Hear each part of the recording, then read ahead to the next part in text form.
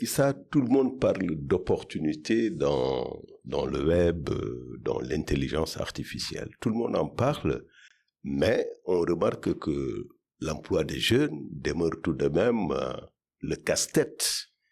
Est-ce à dire qu'il y a plus de contraintes finalement que d'opportunités? Alors, je serais assez dubitatif par rapport à cette question-là. Pourquoi? Parce que ça revient à poser la question que tout le monde se pose aujourd'hui. C'est que ces nouveaux outils-là, ils vont nous faire perdre notre travail. OK, qu'est-ce qui va donner maintenant du travail à ces jeunes-là si les métiers actuels même sont en train de disparaître? Alors, au tout début de mon propos, je disais qu'on est en train de vivre une révolution. Quand Henry Ford avait créé sa première voiture, il y avait les gens qui étaient, les charretiers avaient commencé à se plaindre parce qu'ils disaient, voilà, il va détruire notre secteur d'activité. Et donc, pour moi, c'est un signe qu'on doit repenser la manière dont on travaille. Si aujourd'hui, depuis toujours, la manière dont on travaille, les métiers que l'on a, etc., il y en a beaucoup qui sont dit, comme ce qu'on dit en anglais, irrelevant, qui ne sont plus d'actualité. L'heure maintenant de voir à la création de nouveaux métiers. Dans la mesure où, aujourd'hui, sur le domaine du digital, 70% des métiers qui vont se créer qui vont être exercés d'ici 2050 ne sont pas encore créés.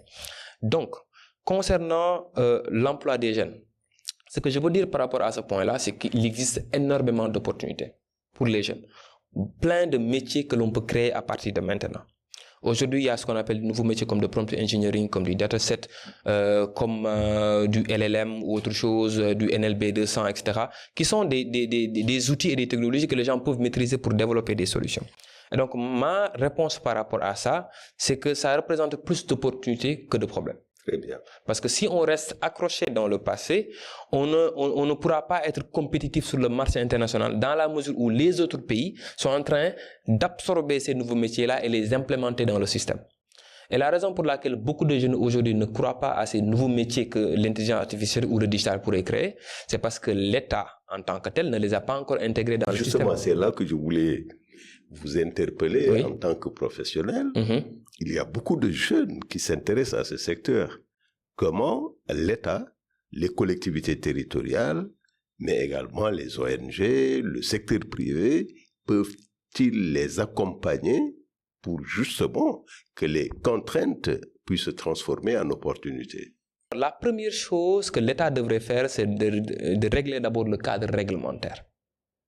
Parce que beaucoup de projets se développent, se créent, mais ils se butent dans le cadre réglementaire. Vous n'avez pas le droit d'utiliser certaines données, vous n'avez pas le droit de collecter tel et tel élément, vous n'avez pas le droit de le faire de telle ou d'une telle autre manière. Ce qui fait que beaucoup de projets n'évoluent pas parce que le cadre réglementaire n'est pas encore bien fixé. Donc l'État devrait faciliter tout ce qui est acquisition et traitement de données. Ça, c'est la première chose. Donc sur la partie policy.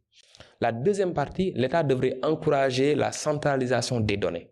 C'est-à-dire aujourd'hui, si on veut développer une nouvelle solution avec l'intelligence artificielle ou avec le digital, on doit d'abord se baser sur les données, comme ce que j'avais décrit tout à l'heure. Mais le problème qu'il y a, c'est que la récolte de données coûte excessivement cher et elle est extrêmement difficile. Ce qui fait que si aujourd'hui l'État crée un grand data center et permet à tous les jeunes Sénégalais qui sont affiliés, agrémentés et acceptés, qui puissent avoir accès à cette grosse base de données-là, quelle que soit l'idée que vous venez juste d'avoir, vous aurez les données pour pouvoir entraîner votre modèle. Vous aurez un data center public, accessible, pas cher, dans lequel vous pouvez aussi entraîner vos outils. Donc ça, la deuxième partie, c'est la partie de la mutualisation des données. La troisième partie, c'est le domaine du financement des activités et des projets qui sont faits par les jeunes. Donc ça, c'est un problème. Donc si l'État peut nous aider par rapport à ça. Et le troisième point, c'est la confiance.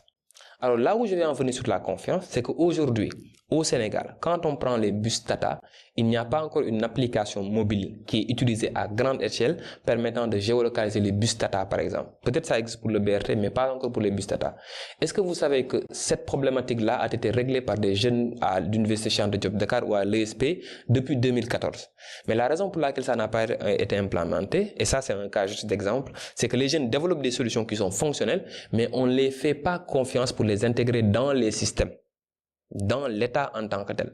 Ce qui fait que c'est très rare de trouver un jeune Sénégalais qui a développé une solution et cette solution-là, que ce soit dans le domaine des états civils, dans le domaine militaire, dans le domaine des transports, est intégrée dans les systèmes de l'État. Donc l'État devrait faire plus confiance aux jeunes et accepter leurs solutions et les intégrer lui-même au lieu d'aller acheter ça en Inde ou en France. Le web n'a pas que des avantages. Bien sûr. Il y a aussi des inconvénients. Comment, pour le féru des sciences sociales que vous êtes, atténuer les risques liés à l'usage de ces nouvelles technologies et particulièrement les réseaux sociaux? Le général de Gaulle disait que, et on nous apprenait ça en sciences politiques, que les États n'ont pas d'amis, ils n'ont que des intérêts. Aujourd'hui, nous avons des entités sociales qui sont des entreprises comme on appelle les GAFA, qui sont plus puissantes que certains États. Et ce que je vais reformuler ce que disait le général. Ces entreprises-là, ils n'ont pas d'amis, ils n'ont que des intérêts. Tout à fait. Ce qui fait qu'aujourd'hui, d'abord, il faudrait qu'on identifie le problème avant de l'attaquer. C'est quoi le problème? Le problème qu'il y a, c'est que des entreprises comme Facebook, des entreprises comme Instagram, comme ChatGPT, OpenAI ou autre chose, ils développent des solutions qui sur le papier, c'est très beau, c'est très humanitaire, c'est incroyable. Au bout de quelques mois, ces entreprises-là, ils vont entrer dans le domaine public. Donc, ils vont être en bourse. Et quand ils vont en bourse, on leur demande maintenant d'être productifs, de rapporter de l'argent. Et pour rapporter de l'argent, tu vas foncièrement changer ton business model et tu vas tout faire de la manière la plus, entre guillemets, démoniaque possible ou la plus mauvaise possible. Quels que soient les moyens que tu vas mettre en place pour gagner de l'argent, vendre plus de publicité, avoir plus de données, tu vas les faire en place, tu vas les mettre en place parce que tu as besoin de faire du chiffre. Vous suivez un peu? Et qu'est-ce qui se passe après? C'est qu'aujourd'hui, on a des entreprises qui font tout pour nous rendre accros à ces réseaux sociaux-là, afin qu'on consomme le maximum de publicité, afin qu'on consomme le maximum de données.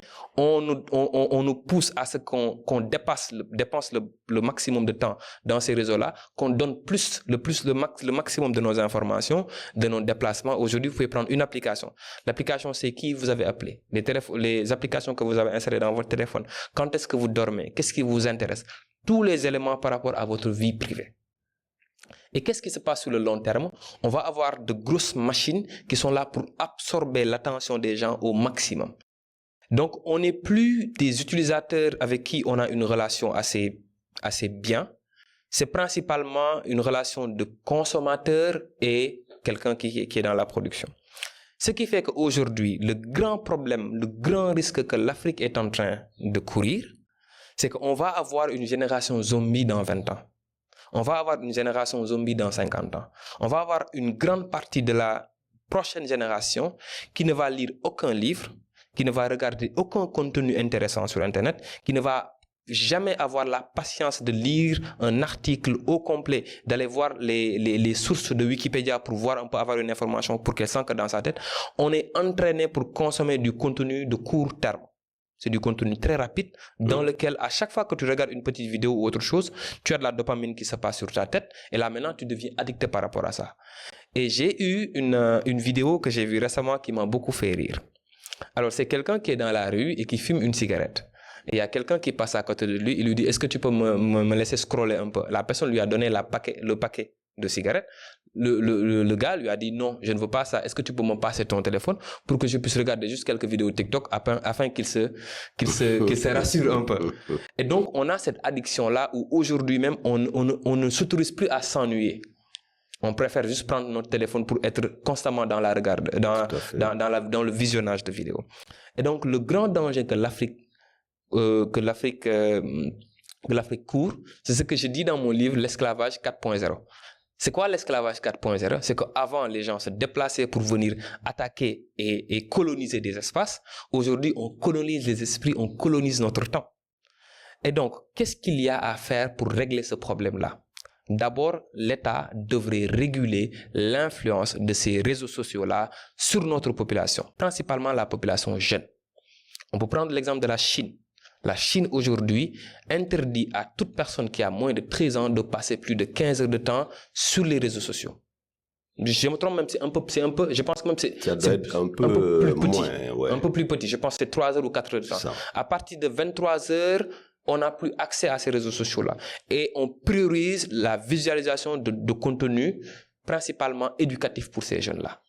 Et donc, on ne doit plus accepter que des enfants de 8 ans, de 13 ans, 14 ans, 15 ans passent leur vie, leur enfance où leur cerveau est fertile et qu'ils passent leur temps à regarder des vidéos qui n'ont aucun intérêt pour eux. On devrait les pousser, on devrait les forcer à ce qu'ils deviennent plus excellents. Alors, on a quelques petites minutes. Je vais vous sortir encore une fois de plus de l'intelligence artificielle, du web et de la transformation digitale. J'ai suivi il y a quelques semaines l'organisation d'une session dite TEDx, TEDx Fan, où vous étiez un des pivots, en tout cas dans l'organisation et le concept. C'est quoi la signification de cet événement? Alors, et je rappelle que c'était dans une salle comble. Ça veut dire donc qu'il y a un intérêt certain de ce qui était venu. Bien sûr, bien sûr. Alors, c'est quoi un TED? Un TED, c'est une conférence que l'on a l'habitude d'organiser, qui a été lancée aux États-Unis. C'est un concept qui est né aux États-Unis, où on invite des personnalités, on invite des gens qui ont une expérience avérée dans un domaine pour qu'ils viennent faire un monologue et partager leur expérience face à un public, qui peut être un petit public ou qui peut être un grand public. Et donc, l'idée, c'est d'avoir dans une durée relativement petite comme 15 minutes, avoir une idée générale de ce que veut dire cette personne-là au monde entier. Donc, le TEDx, c'est une interface permettant à quelqu'un qui a travaillé dans un secteur et les gens n'ont pas une idée générale de ses activités ou des travaux que cette personne a fait, que la personne vienne maintenant l'exposer et que le public qui est sur place, qui le regarde, puisse en bénéficier, mais aussi qu'on puisse repartager cela et envoyer ça partout à travers le monde. Donc c'est labellisé, c'est basé aux États-Unis et pour organiser une conférence TED dans quelque autre pays, il faut avoir l'autorisation de TED. Super. Alors le thème le sujet de ce TEDx Fan était le rêve sénégalais. Pour Issa Touré, c'est quoi le rêve sénégalais? Alors, ce rêve sénégalais-là, c'est la création d'un Afrique nouveau, basé sur nos valeurs et adapté aux réalités du monde actuel. L'Afrique, le Sénégal, a énormément de choses à apprendre au monde. Nous avons un tissu social extraordinaire. Nous avons une configuration sociale incroyable. On est l'une des sociétés les plus stables au monde. Et on a vu aujourd'hui qu'on avait une très bonne stabilité sur le plan social dans le passé, dans les années 1800, 1700 ou autre chose, avant la charte du Mandé. On était vraiment les modèles. Aujourd'hui, on est derrière dans tout ce qui est sur le plan international. On ne fait que copier ce qui se fait à travers le monde.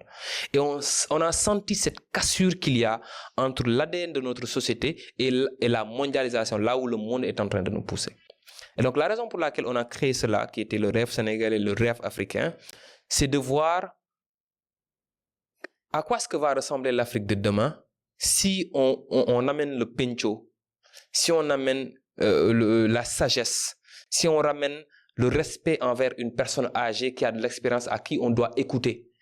Et qu'aujourd'hui, nous avons vu au Sénégal, essentiellement, qu'il y a un divorce générationnel. Que les jeunes n'écoutent plus les gens qui sont plus âgés qu'eux. Que les jeunes ont aujourd'hui un certain courage même à l'idée d'injurer une personne qui est plus âgée qu'elle. Qu'il y a une déconstruction de la société en tant que telle. Et c'est un grand danger. Et donc, nous, on a été interpellés par ça. Et on s'est dit, on va organiser un autre TEDx, qui était la 2e édition. Mais ce TEDx-là, c'est le rêve africain, c'est le rêve sénégalais, où on va prendre des gens comme le professeur Massamba Gueye, des gens comme Sobel Aziz Ngom, comme Ninja, comme Seynabou Thiam, qui ont travaillé pendant très longtemps et qui n'ont pas le temps d'aller dans les plateaux de télévision pour faire des débats et être en contradiction avec quelqu'un qui a moins d'expérience qu'eux. Qu'on les mette sur une salle comble de plus de 500, 600 personnes et que ces gens-là puissent se dire qu'est-ce que je peux apprendre de Seynabou Thiam, qu'est-ce que je peux apprendre du professeur Massamba Gueye. Et ça a été une expérience incroyable. Nous avons mieux à faire. Donc ça, c'est le rappel que je donnerai à la jeunesse sénégalaise.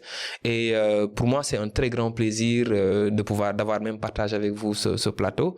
Vous m'avez permis de penser à des concepts auxquels je ne réfléchis pas souvent. Et ça a éveillé quelque chose en moi. Et je vous en ai tellement reconnaissant. Merci beaucoup. Merci pour ce mot d'espoir. Merci pour ce mot d'exhortation. Je vous donne rendez-vous, mes chers amis de HK Media, à la prochaine grande interview. Merci beaucoup, professeur. Merci.